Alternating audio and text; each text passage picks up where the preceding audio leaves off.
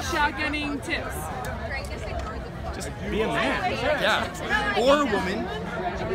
It's not gender specific. It's not gender specific. It's a gender non-specific Give man. your all. I think the best tip you can get when it comes to shotgunning is you actually have to warm the beer up.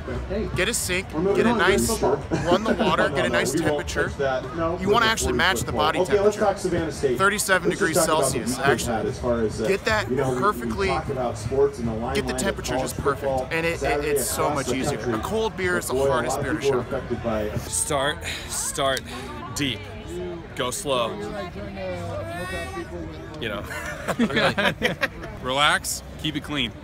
Yeah. Open your throat.